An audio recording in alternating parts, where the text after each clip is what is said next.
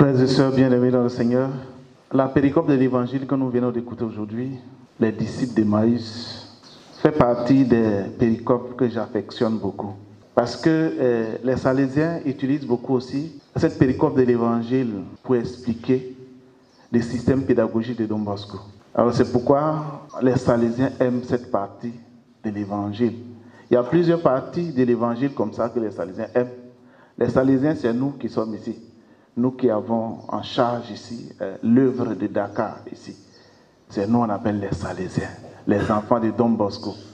Donc on aime souvent cette partie de l'évangile. Il y a beaucoup de parties de l'évangile comme ça que nous aimons. Mais particulièrement cette partie. Bien-aimé de Dieu, j'étais en train d'écrire ce que je vais dire aujourd'hui. J'ai commencé à écrire, ça a dépassé 4 pages. Alors je dis, bon, si je viens là en train de lire 6 pages, 7 pages, 10 pages, on sera ennuyé un peu. La preuve en est que quand on fait même 2 minutes, 4, 5, 6 minutes, les gens commencent à dormir. Ils regardent, je suis en train de parler, je n'ai même pas encore fait 1 minute, certains commencent à dormir déjà. Imaginez-vous si je commence à lire ce que j'ai commencé. Alors donc, on va faire 2 choses. 2 choses. Parce qu'aujourd'hui, on dit qu'il y avait les disciples d'Emmaüs. Ils étaient combien? On fait comme si on était en classe. Oui, je dis à la pédagogie de Don Bosco. 2. Ou bien, c'est ça non? 2. Et la marche, c'était combien d'heures? 2 heures. Les 2 disciples, vous connaissez les noms? Ah, on connaît le nom de Cléophas. Et l'autre nom? Chacun peut mettre son nom alors. Oui, ou bien? Chacun peut mettre son nom. Et on sera fiers d'être parmi les 2 disciples parce que le Seigneur les accompagne. Le Seigneur les rejoint. Donc, 2 choses. 2 choses, un peu comme une inclusion de ce que nous écoutons dans l'évangile d'aujourd'hui, dans la péricope. Et une sorte de parallélisme. C'est au verset 16 et au verset 31. Au verset 16, on dit, les disciples, ils voient Jésus. Ou bien, mais qu'est-ce qui se passe? Ils le voient, mais voilà. Ils ne le reconnaissent pas. Et au verset 31, ils le reconnaissent, mais ils ne le voient plus. Vous voyez, non? Au verset 16, ils le voient, ils ne le reconnaissent pas. Au verset 31, ils le reconnaissent, mais ils ne le voient plus. Et dans le texte, c'est comme si nous sommes dans un passif divin. On passe du passif divin, c'est-à-dire que le Seigneur qui se tait, à un actif divin aussi, et le Seigneur commence à parler. On voit que les disciples disent, mais tu es ignorant. Et on voit que c'est l'ignorant là qui commence à expliquer. Ou bien, vous avez écouté avec moi, non? Ou bien vous êtes en train de dormir? Ah, aujourd'hui, le curé est là. Je dis souvent au curé, quand on fait le milieu, les fidèles dorment. Lui-même, il est là. On va voir si vous... voilà, après, il va vous noter. Donc, on dit, mais tu es le seul à Jérusalem. L'ignorant commence à expliquer. Et après, l'ignorant va leur dire, esprit sans intelligence, à ceux qui ont dit au début, l'ignorant. Vous voyez? Donc, vous voyez que c'est beau, hein, le texte aujourd'hui. Exercice à faire à la maison. Exercice. Quand vous allez arriver à la maison, là, aujourd'hui, pardon, lisez. Le dimanche prochain, on va corriger l'exercice. Donc, l'exercice aujourd'hui, c'est lire la péricope de l'évangile que nous venons d'entendre là. Et vous allez essayer de voir ce que je suis en train de dire. Voilà, ce que je suis en train de dire. Donc, c'est beau l'évangile d'aujourd'hui, ce que nous avons écouté aujourd'hui. Alors, on voit les apôtres, les disciples d'Emmaüs. Ils retournent chez eux, pourquoi? Pourquoi? Parce qu'ils étaient découragés. Ils se sont dit, bon, c'est fini. Nous espérions. Ils sont regrettés, mais pourquoi? Pendant 3 ans, on a suivi cet homme-là. Et aujourd'hui, on le prend comme un vulgaire bandit. Nous qui croyions, nous qui espérions en lui. Et chacun commence à partir. Pierre s'en va à la pêche. Et dans son lieu de travail, le Seigneur le retrouve là-bas. Ceux qui ne travaillent pas, ceux qui sont paresseux là.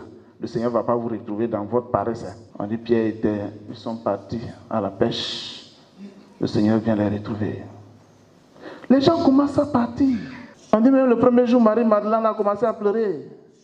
Quand les jeunes me voient, ils disent souvent interdit de pleurer. Je dis souvent ça, interdit, il est interdit de pleurer. Il est interdit de pleurer devant les gens.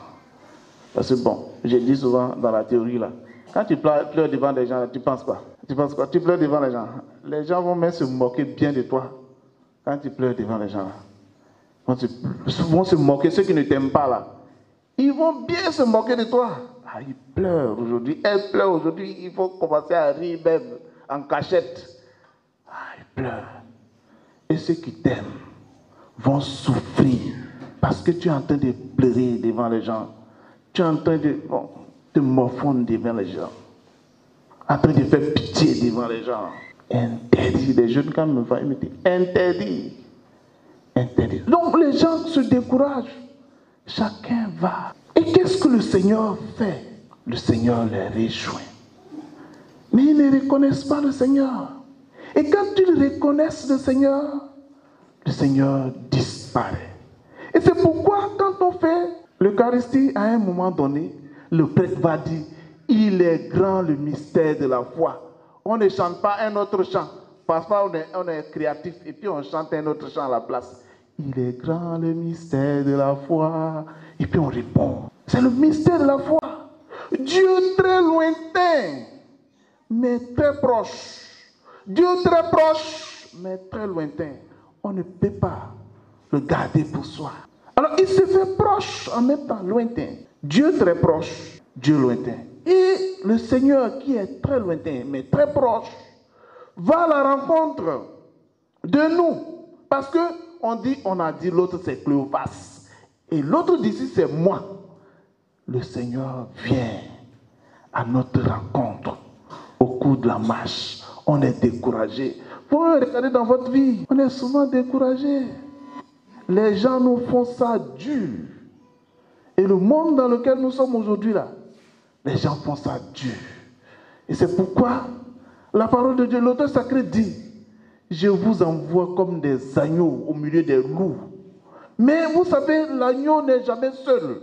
Donc le Seigneur ne nous laisse jamais seuls. C'est pourquoi les disciples qui partent, le Seigneur les rejoint. Il marche avec eux. Le Seigneur marche avec nous. Est-ce que tu crois ça? Parce que nous-mêmes là, on ne croit pas à la résurrection. On vient s'asseoir ici, mais on ne croit pas. On ne croit pas. Mais sachez que la force que vous avez d'être parfois dans une famille où tout le monde est peut-être musulman et vous êtes seul à être chrétien, ça, c'est la foi de la résurrection. Et c'est cette foi à la résurrection que nos pays, on vient annoncer. Sinon, pourquoi on est ici? Pourquoi Père Cyprien a laissé son pays pour venir ici là? Pour crier, allons en Galilée. Et chaque jour, il crie. Souvent, je dis, grand frère, mais pourquoi toi-même tu te ridiculises devant les gens comme ça? Il dit, j'ai la foi, mon petit. J'ai la foi. Ce que je suis en train de faire, c'est pour construire l'église. L'église, ça n'est pas pour moi. Et quand il parle de ça, les gens sortent là. Ils commencent à critiquer le curé, là, il aime l'argent. C'est vous qui dites ça, non? Le curé, il aime l'argent. Bon, ok. On verra l'église. C'est la foi à la résurrection. C'est au nom de cette foi à la résurrection qu'on fait souvent certaines choses. Et c'est pourquoi, même on a dit Jésus était fou. En Galilée, il y a un artiste qui chantait, il y a le fou de Dieu ici, non? Oui. On ne peut pas comprendre. C'est le mystère de la foi. Le mystère de la résurrection. Voilà. Le Seigneur qui n'abandonne jamais. Et c'est ce que les Salésiens ont compris. Il y a des jeunes qui sont découragés. Il faut aller à la rencontre de ces jeunes-là. L'un des éléments caractéristiques de la pédagogie de Don Bosco, on appelle la présence active parmi les jeunes. Tu es là, tu es avec les jeunes, tu les écoutes, tu es avec eux, tu marches avec eux. Ils te disent tout ce qu'ils veulent. Tu n'es pas fatigué de les écouter. Et après, dans notre marche, dans la cour, vous voyez souvent les Salésiens dans la cour comme ça, avec les enfants, les jeunes qui jouent là. Vous pensez que nous sommes fous?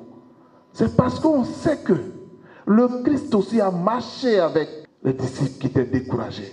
On marche avec ces enfants-là. Et on leur dit, il y a de l'espoir pour toi. Mais sache que ce que tu fais comme ça, c'est comme ça. Ce n'est pas bon. C'est ce qu'on appelle la parole à l'oreille. On les dit, puisqu'on est avec eux, on sait ce qu'ils sont en train de faire. On leur dit, ça, c'est pas bon. Parce qu'on les connaît. Et le Seigneur connaît chacun d'entre nous. Et lorsque on sait que le Seigneur nous accompagne, on ne peut pas nous taire.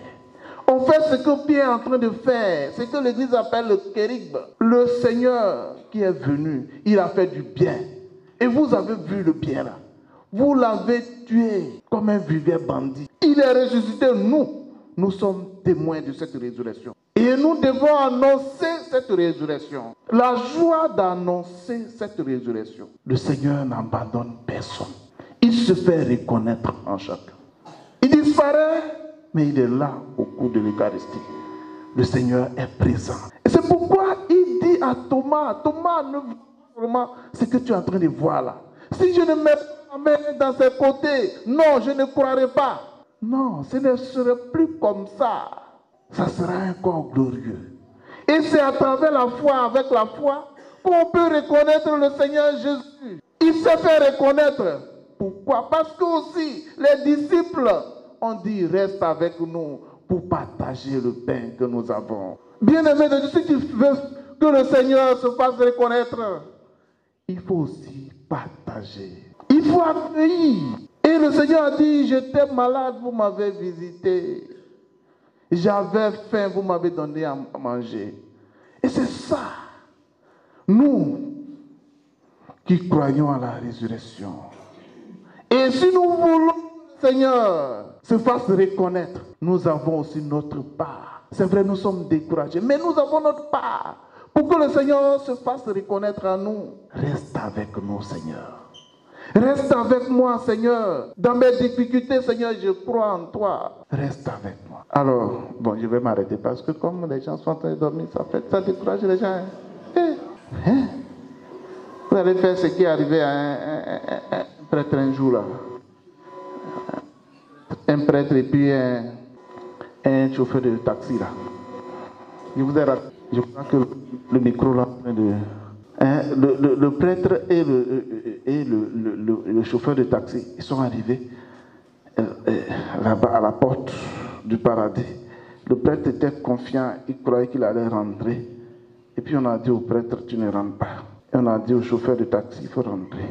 Alors, mais il demande, il dit non, quand tu prêchais dans l'église, les gens dormaient. Et le chauffeur de taxi, là, il conduisait mal tellement, il filait. Quand les gens sont dans son taxi, là, il prie. Il ne dorment pas. Vous voulez que j'aille en enfer? C'est pourquoi vous êtes en train de dormir là.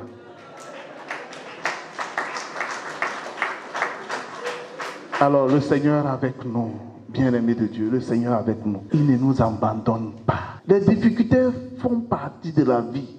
Les difficultés sont inhérentes à la vie. Mais notre difficulté, nous les vivons avec le Seigneur. Il vient à notre rencontre. Il nous donne la force d'avancer.